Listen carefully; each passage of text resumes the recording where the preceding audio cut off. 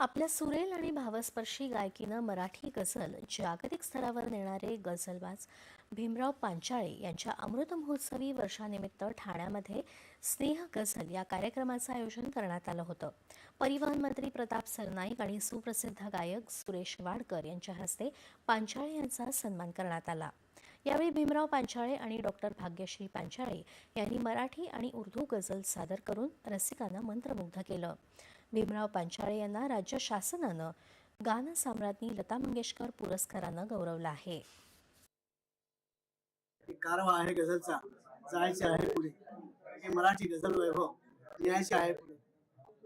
तेच प्रयत्न सुरू आहेत आणि त्याला आता आजचं हे निमित्त लाभलं की रसिकांना 75 तेवढी महत्वाची नाही आहे, पण त्या निमित्ताने गझल ऐकायला मिळते आहे. सगळ्या जुन्या नव्या साथीदारांना भेटायला मिळत आहे आणि रसिकांना भरपूर ऐकायला मिळत आहे. आज हा आनंद आहे आजच्या दिवसात. भोंदूबाबा अशोक खरात याच्या पोलीस कोठडीत 1 एप्रिल